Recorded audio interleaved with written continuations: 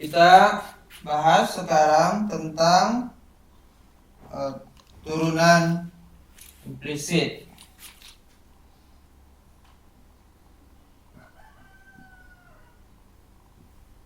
Kita lanjutkan.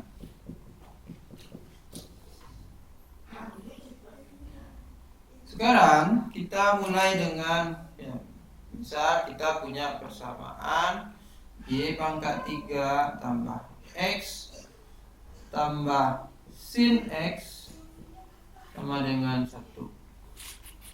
Oke. Maka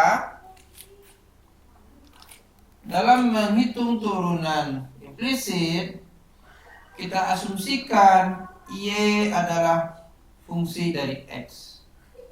Sehingga ketika kita menghitung turunan dari kedua sisi,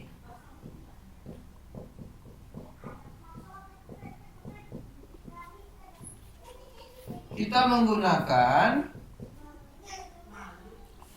aturan rantai. Nah, kita gunakan aturan rantai. Nah, perhatikan bahwa Y pangkat 3 kalau dipandang dari variabel X berarti ada dua langkah. Ada X ke Y dan kemudian dari Y ke Y pangkat 3.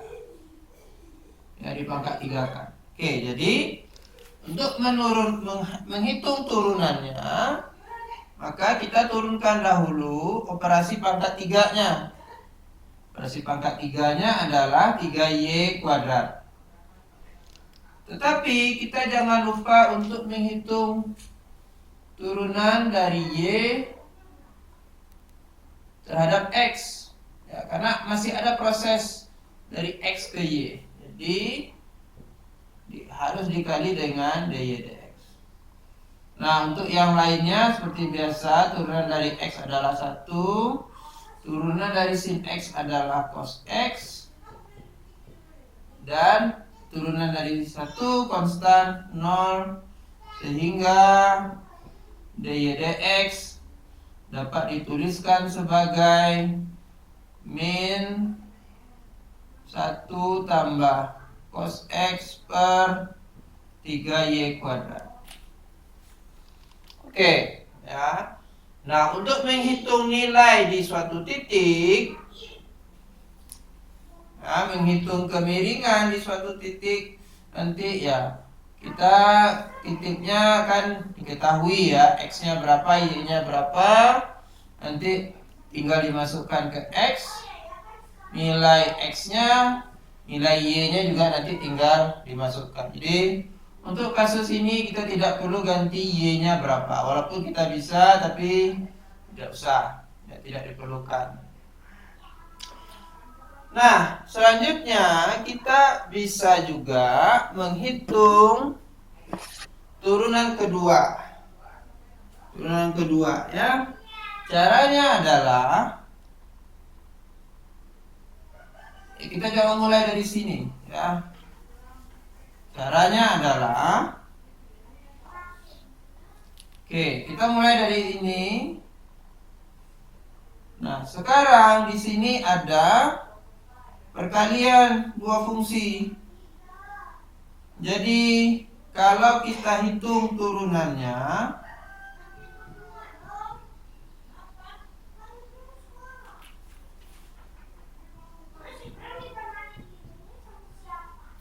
jadi kalau kita hitung turunannya, bagian konstan kita keluarkan dahulu.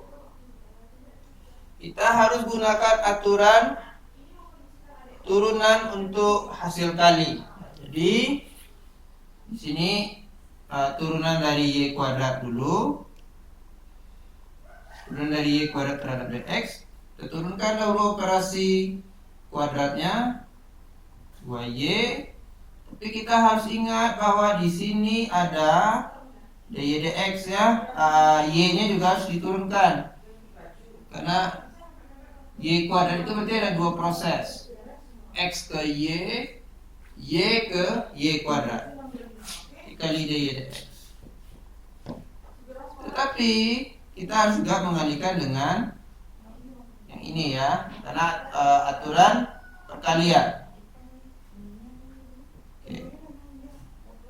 Kemudian kita turunkan suku kedua. Pertama, yang tadi kita turunkan U, kemudian kali V, ya ini V-nya, ini du dx.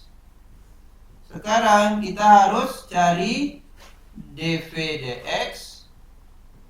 Nah, dv dx-nya sekarang. Nah, dv dx-nya ini turunan pertama dari y.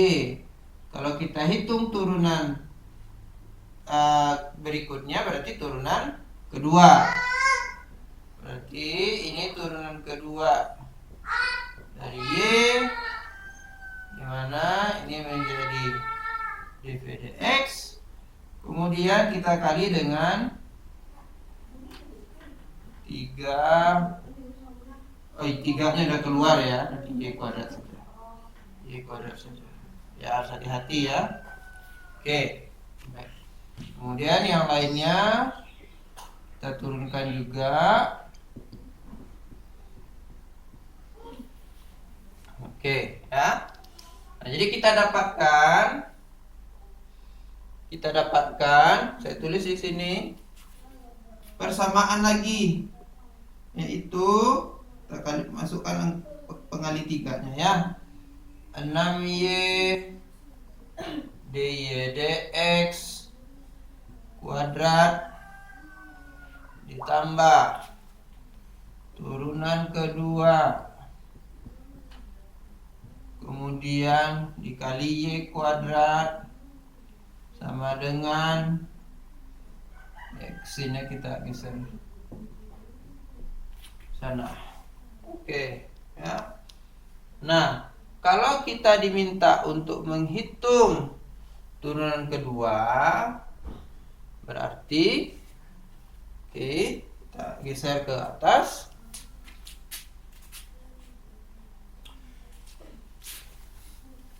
Hapus dulu.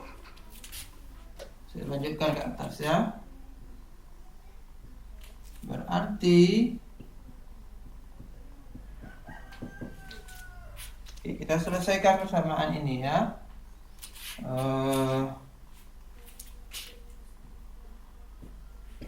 Sin x min 6y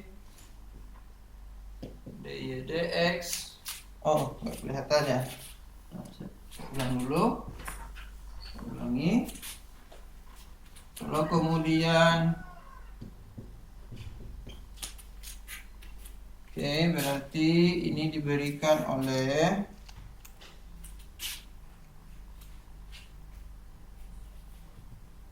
ya, pembaginya ini udah jelas ya, y kuadrat. Sin x min 6y dy dx nya dikuadratkan. Nah, nanti dy dx bisa dicari lewat, nah tadi persamaan dy dx nya apa ya.